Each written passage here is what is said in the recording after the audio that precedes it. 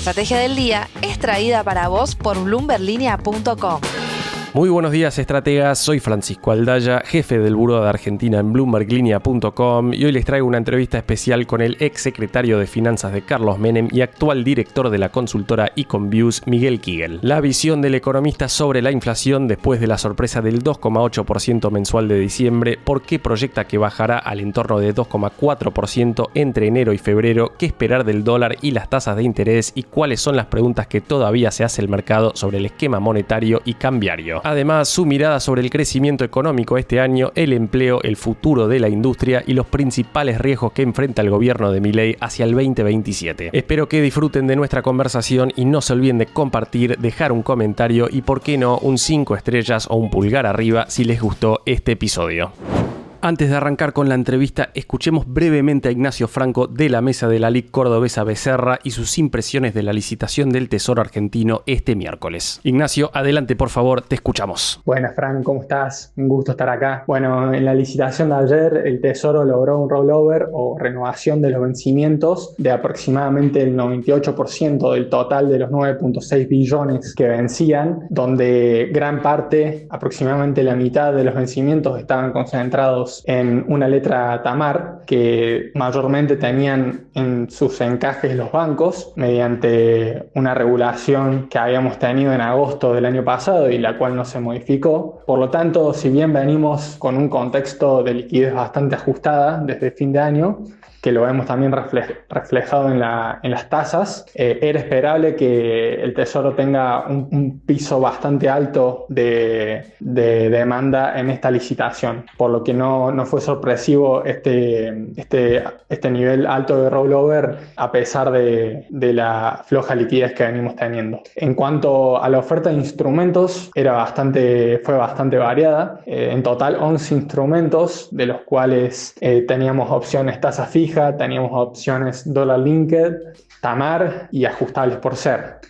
Cabe destacar que el plazo promedio de colocación disminuyó bastante en comparación a lo que habían sido las últimas licitaciones post elecciones de octubre, que había mejorado bastante el plazo al cual el Tesoro estaba colocando deuda. Esta vez se inclinó más el mercado por instrumentos de corto plazo. El 60% aproximadamente de la colocación estuvo en letras tasa fija a febrero y mayo de este año, por lo que el mercado se posicionó bastante corto de plazo. Creemos también que hubo demanda de los bancos aquí, porque de los vencimientos de la letra Tamar solo se renovó aproximadamente entre el 30 y el 40%. Y en ser aproximadamente un 20%, y las letras dólar linked quedaron desiertas en su mayoría, por lo que podemos decir que fue una colocación bastante buena, donde igualmente, dado este contexto de liquidez que venimos mencionando, el Tesoro tuvo que dar premio en las letras más cortas. Miguel, bienvenido a la Estrategia del Día Argentina nuevamente. Muchísimas gracias por tu tiempo y estar acá con toda la audiencia de bloomberlinia.com. Un placer estar contigo hoy. Para arrancar, quisiera preguntarte qué conclusiones sacaste del primer pago de deuda en dólares del año, además el repo y las declaraciones de Caputo de querer desarrollar el mercado de capitales local. ¿Qué tan lejos ves con todas estos titulares a la Argentina de volver a emitir deuda internacional? Bueno, primero yo creo que el pago de la deuda era algo que estaba descontado. Nadie dudaba, digamos, de que se iba a pagar. La pregunta que uno se hacía más es cómo iba a ser el esquema que iba a buscar Argentina para tener los dólares y pagar eso. Había muchas alternativas y fue una mezcla al final de un repo y el uso de reservas y la colocación, un rico por los bancos, ¿no es cierto? Y la colocación local del Bonar. Yo creo que, bueno, dadas las circunstancias, fueron buenas opciones. No hubo que recurrir al Tesoro americano, lo cual fue bueno. De hecho, se le pagó al Tesoro. Creo que el mercado eso lo leyó bien. Y bueno, y creo que en ese sentido fue positivo. El mercado no reaccionó en el sentido de que eso llevó a una nueva baja del riesgo país que uno hubiera esperado que pase. el mercado sigue teniendo ciertas preguntas que después podemos discutirlas, pero yo creo que en general, digamos, fue un buen comienzo en ese sentido. En cuanto al desarrollo del mercado local, me parece que es fundamental. A la larga, los países en general, cuando uno ve en América Latina o en otros lugares del mundo, lo que se quiere es desarrollar el mercado local, especialmente en la moneda local, porque yo creo que lo que baja la vulnerabilidad a los shocks externos es poder tener un mercado fuerte en moneda local, pero eso va a llevar tiempo, o sea, en pesos en nuestro país. Eso va a llevar tiempo, no es algo que se logra rápidamente porque Argentina no tiene inversores institucionales. El único que está ahí es el FGS, pero está de alguna forma desdibujado. No es una inversión genuino privado que se maneja como un fondo de inversión privado. Tiene otras restricciones, tiene restricciones políticas. Y bueno, yo creo que, digamos, me parece correcto ir en esa dirección.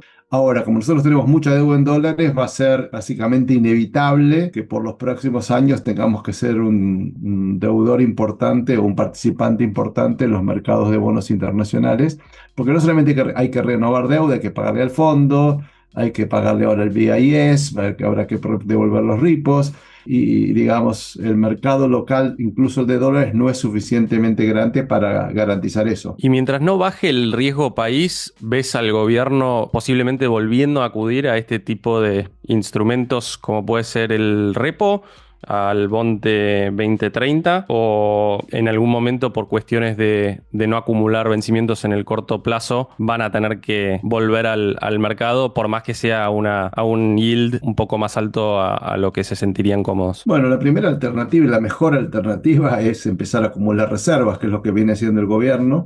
Hay que ver si eso se puede mantener en el tiempo. Lo están haciendo en meses que no abundan los dólares en general, lo cual es buena señal. El hecho de que estén acumulando, digamos, en enero, principios de enero, donde todavía no está la temporada de exportaciones, seguramente van a ser más agresivos cuando llegue el momento de la cosecha gruesa y entre los dólares de la soja.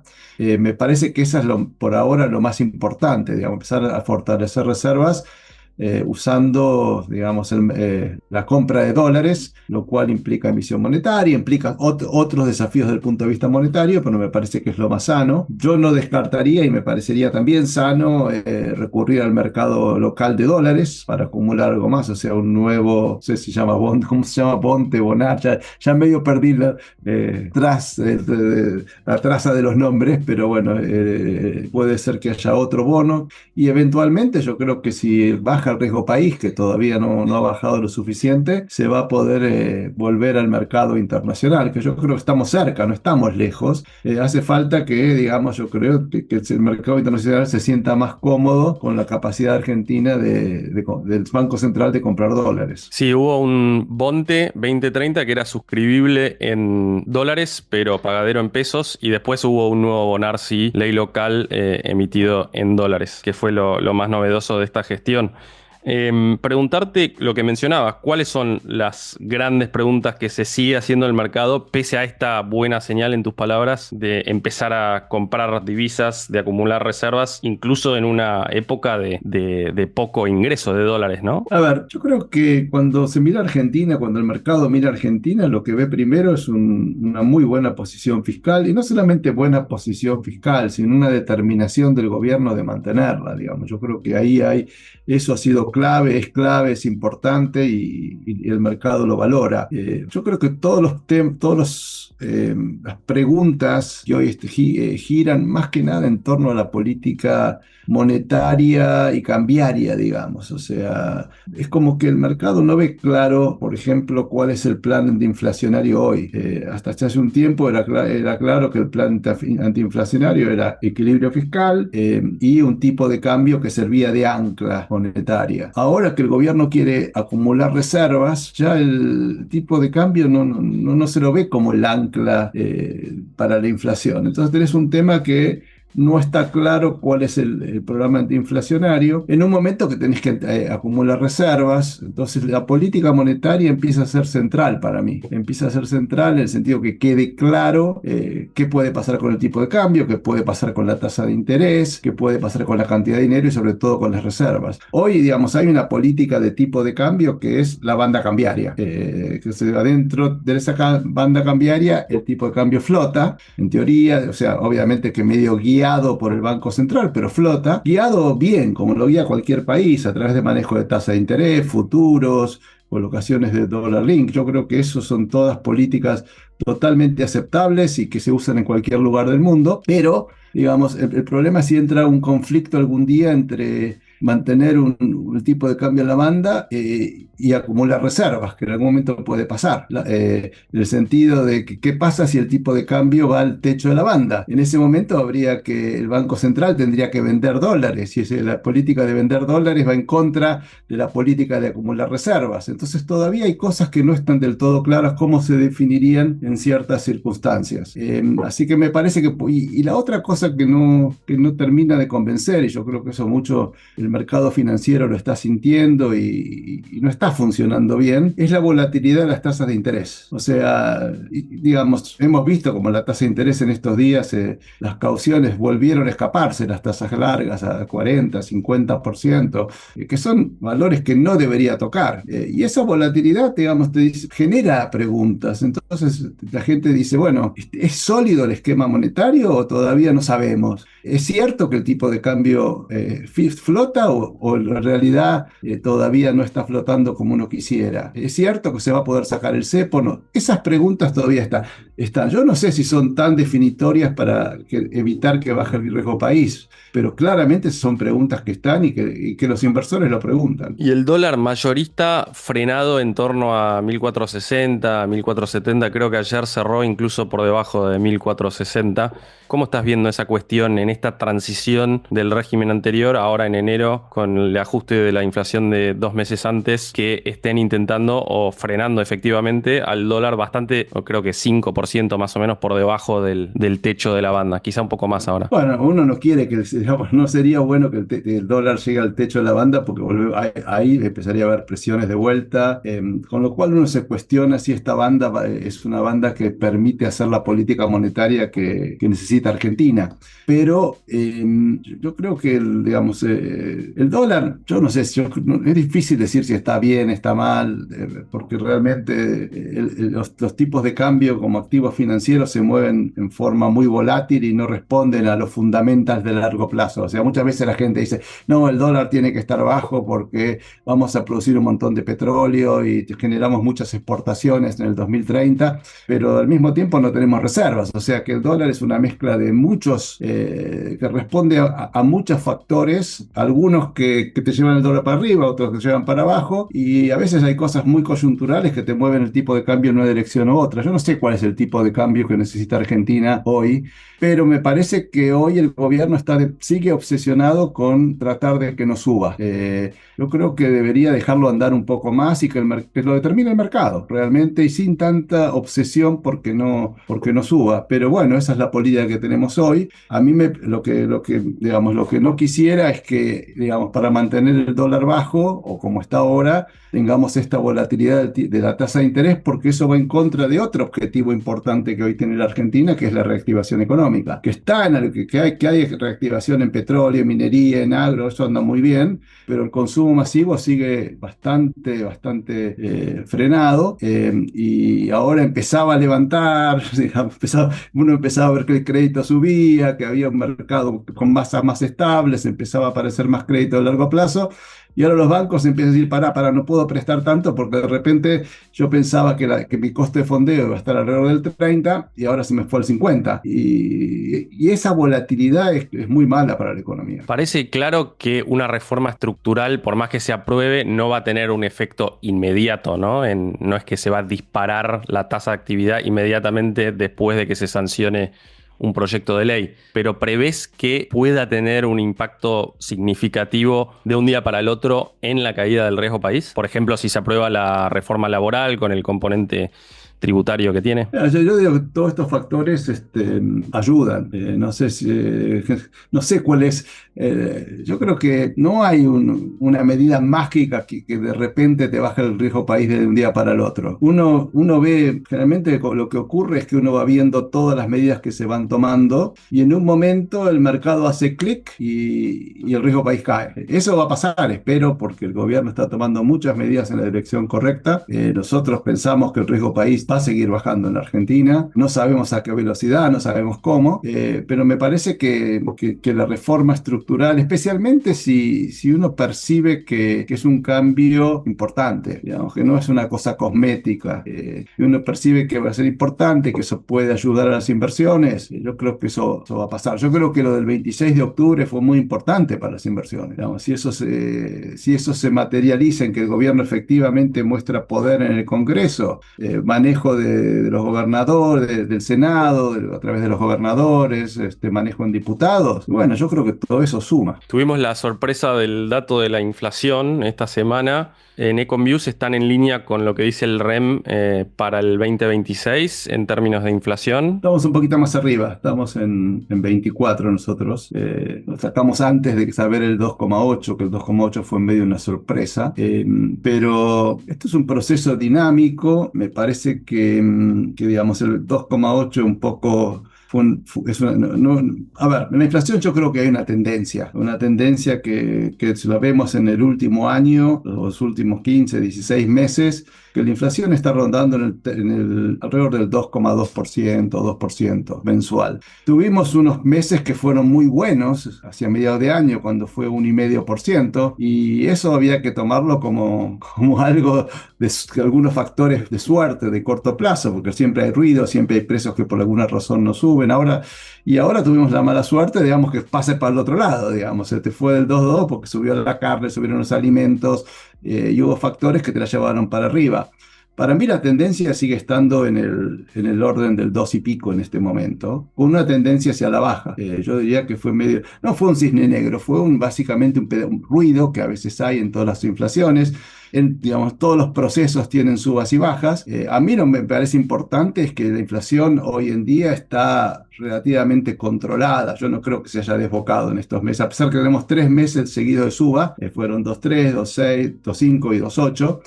A pesar de todo eso, no veo, digamos, que hay un proceso que la inflación se está acelerando. Yo creo que fueron factores muy atípicos, muy estacionales, y que ahora deberíamos ver que la inflación vuelve a caer, pero difícilmente va a caer a niveles por ahora, en los próximos meses, a una inflación que empiece con 1. No la veo por ahí, ¿no? Si mal no recuerdo, la actividad económica en el REM estaba alrededor de 3,5% para este año. ¿Ustedes cómo la ven? Estamos más o menos en línea con el REM. O sea, pensamos que va a haber este año va a ser otro año de crecimiento, lo cual es buena noticia, 2 años seguidos de crecimiento.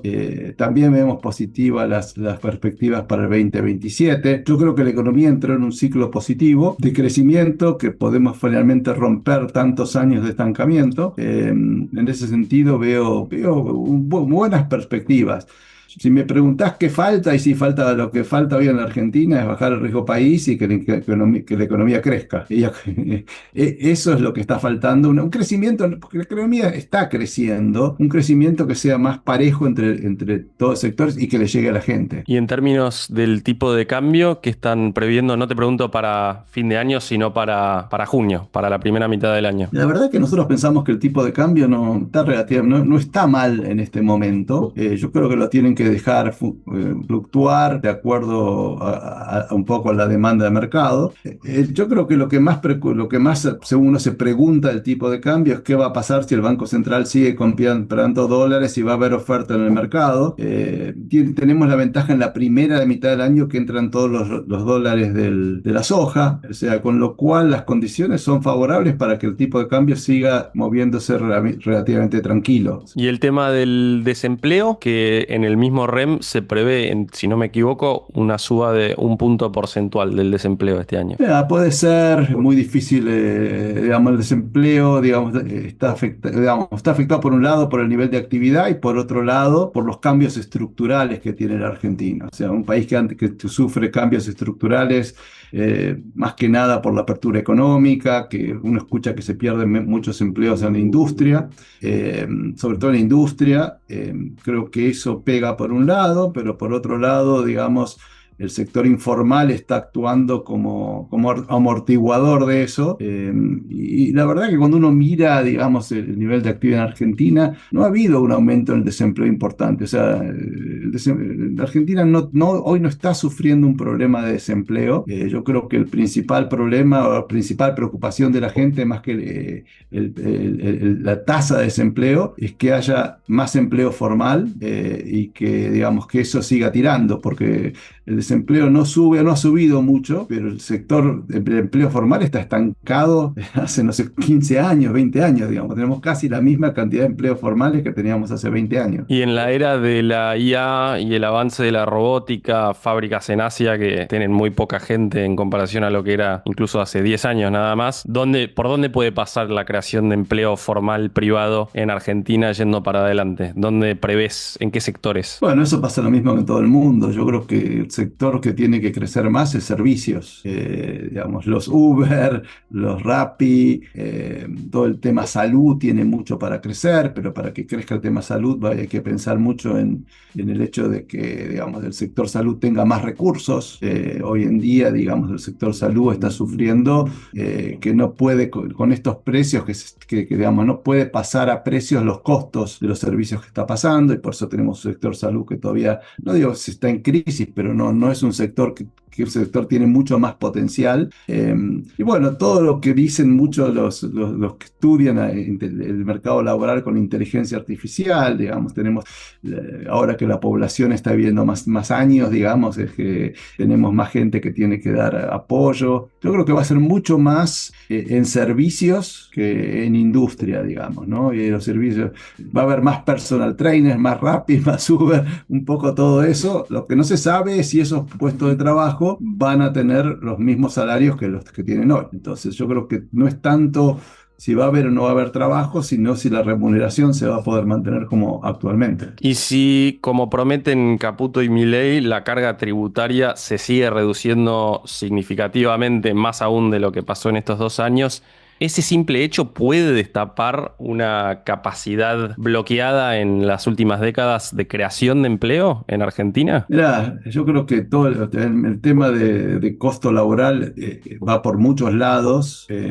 Por un lado va digamos, por los impuestos, pero tampoco hay tanto margen para bajar los impuestos, porque cuando vos pones todos los impuestos que hay que bajar en la lista, creo que tenés el del costo laboral que se está haciendo ahora con la reforma laboral, que lo baja un poco, que ciertamente algo ayuda, pero tampoco podemos esperar. Si las cargas patronales bajan, por ejemplo, de 20 a 17, vas a tener una explosión en el empleo. Eso solo no lo genera. Te genera condiciones más favorables, pero el tema judicial también es importante, y eso no es más difícil manejarlo con leyes o con decretos. Eso requiere yo creo que una adecuación de la justicia a los tiempos más modernos, ¿no? Para que eso ocurra. Hay 2 temas más que te quiero preguntar mirando para adelante, más en el mediano o largo plazo. Si prevés si Argentina, en esta dirección en la que está, pueda reducir significativamente, si puede aumentar significativamente su productividad de la fuerza laboral, y si puede aumentar y finalmente sanear la cuestión de la demanda de su propia moneda, ¿no? A ver, la productividad es un tema que va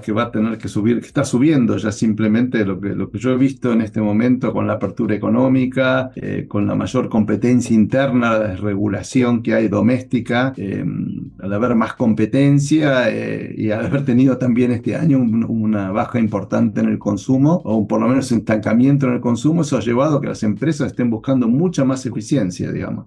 Desapareció la inflación por lo menos en forma así tremenda, y gracias a eso, digamos, a la competencia, a la baja de la inflación, las empresas se están volviendo mucho más eficientes. Hoy el tema es bajar costos, ser competitivo, ser innovador, buscar nuevos negocios. Yo creo que sí, que está aumentando mucho la productividad a fuerza de abrir la economía, que es una receta que se conoce y que los gobiernos anteriores, Kirchner kirchneristas sobre todo no lo hicieron, fueron la dirección contraria, y ahí estamos viendo un aumento importante. Con respecto a la otra pregunta, que es central, me parece, para Argentina, es tener un mercado de capitales doméstico, especialmente en pesos, yo diría. Ahí tenemos un choque ideológico, tal vez, que el gobierno no salió del todo y que no sabemos dónde está, que es el tema de la dolarización. Pero, digamos, yo creo que cuando uno mira las experiencias recientes en respuestas a crisis internacionales, especialmente la crisis de Lehman o lo que fue la pandemia, lo que uno ve es que realmente en América Latina en general no ha habido, eso no llevó a crisis financieras como era en el pasado. En el pasado cualquiera de estos shocks que hemos tenido hubiera terminado en un default en México, en Brasil, en Colombia. Bueno, Argentina no pasó más, no estábamos con el mercado, así que, pero tuvimos una reestructuración. Pero fíjate que ninguno de esos países tuvo problema para enfrentar esas crisis. ¿Y cómo lo hicieron? Fundamentalmente financiando en el mercado de moneda local y con tipo de cambio flotante. Yo creo que desarrollar el mercado local es muy importante. El problema, yo creo que la restricción, bueno, hay dos temas que son centrales para eso. Uno es tener una inflación baja, o sea, esos mercados se desarrollan con inflaciones de un dígito. Nos falta para eso. Empezamos a hacerlo con algunos bonos, pero todavía nos falta para eso. Y la otra cosa de las que se han beneficiado todos estos países es de los fondos de pensión. Las AFAPs en Chile, las AFP en Uruguay, en Colombia no sé cómo se llaman, en México, en Brasil, que son inversores institucionales con visión de largo plazo, que están dispuestos a invertir en moneda local a largo plazo, con la confianza de que la inflación sigue bajando. Y yo te diría que nosotros no cumplimos hoy ninguna de las dos condiciones, ni inflación baja, suficientemente baja, está mucho más predecible, pero fíjate lo que es la tasa de interés, que un día está al 30 y otro día está al 50. Eso no ayuda a desarrollar el mercado. Y la segunda es que no tenemos fondos los inversores de largo plazo, porque lamentablemente creo que fue uno de los mayores errores del gobierno kirchnerista es haber nacionalizado los AFJPs, una visión de muy corto plazo, típica del populismo, ¿no? Y creo que volver a crear eso va a llevar mucho tiempo. Si salen estos fondos, las FAL, estos laborales, creo que eso puede ser un buen primer paso, pero bueno, creo que hace falta más en esa dirección. Te hago las últimas dos preguntas, Miguel. Una tocando algunos de los temas que fuimos mencionando en la entrevista, y es ¿qué rol imaginás para la industria manufacturera argentina yendo para adelante? Tenemos el acuerdo con la Unión Europea ahora, pero en las últimas décadas mucha dependencia del sector de políticas proteccionistas, pero al mismo tiempo algunas empresas, pienso en Toyota, que exporta a toda Latinoamérica, en Aluar, que exportó mucho de su producción a Estados Unidos, que demuestran que hay posibilidades de ser competitivo desde Argentina, aún con esta carga tributaria, ¿no? Entonces, preguntarte quizá puntualmente por el sector automotriz, por ejemplo, ¿tiene vida por delante? A ver, yo creo que en general la industria va a tener vida por delante, pero va a tener vida a los sectores que sean más eficientes. Por ejemplo, Argentina tiene un problema de costo de transporte, que es alto, pero el costo de la energía debería ser muy competitivo con el mundo. Y el costo laboral también, no con China, pero sí con los países europeos y con Estados Unidos y con muchos de los países más desarrollados. Vamos a tener capacidad. Lo que sí tenemos que hacer, no vamos a poder producir todo, probablemente no vamos a poder producir juguetes. Y en los autos, el sector automotriz, yo creo que es un sector que ya ha desarrollado una cadena de producción que es eficiente, probablemente tiene que ser más eficiente en el futuro, pero digamos ya es eficiente hoy, como dijiste vos, Toyota, pero hay muchas empresas que están haciendo los que son los SUVs, digamos, Las pickups, las camionetas, las camionetas. Yo creo que en eso Argentina, que son, digamos, vehículos de más valor agregado, ha desarrollado una muy buena cadena de producción, mucha eficiencia, puede ser competitivo. Yo creo que en ese área es donde Argentina, digamos, tiene potencial. Obviamente que no van a poder subir todas, a lo mejor no tenemos el mismo nivel de producción que tenemos hoy, pero sí creo que eso va a sobrevivir y que puede sobrevivir y puede ser eficiente. Y en general hay que mirar nichos, hay que encontrar los nichos donde Argentina puede competir y ahí va a andar bien, ¿no? Ahora sí, la última, Miguel. 2, 3 de los principales factores de riesgo que ves para el gobierno de Milei, ya sea políticos, económicos, lo que te parezca, hacia el 2027. Bueno, el primero, obviamente, que para mí es el tema de las reservas, digamos, ¿no? Que Argentina no pueda acumular reservas por los factores que sea. Porque, digamos, si hubiera un problema para acumular reservas y Argentina tiene pocas, lo que no se ve claramente es quién nos puede venir a dar la mano y sacarnos del pozo, digamos. En un momento fueron el Fondo Monetario, cuando en abril nos dio 14.000 millones de dólares, que digamos, había mucho nerviosismo y eso se pudo superar. Después vino lo de octubre, que ahí nos ayudó el Tesoro Americano. Pero el Tesoro Americano creo que cumplió un rol en la elección, pero no va a venir al rescate de Argentina porque Argentina no quiere hacer las cosas que a veces hacen falta hacer. Entonces yo creo que eso es un tema. Se aparece un cisne negro en el mundo, un problema financiero, y Argentina no ha acumulado suficientes reservas. Hoy somos vulnerables en ese área, digamos. Segundo tema, me parece que es importante, que a mí, digamos, no como riesgo, pero es importante que la reactivación que estamos teniendo de alguna forma se generalice y vaya al consumo, porque si no puede cambiar el humor político, el humor social, digamos. Hoy tenemos a la gente muy tolerante y creo que la gente ha acompañado a este gobierno mucho. Pero digamos, en un momento esa paciencia puede empezar a erosionarse, si bien no hay nada del otro lado.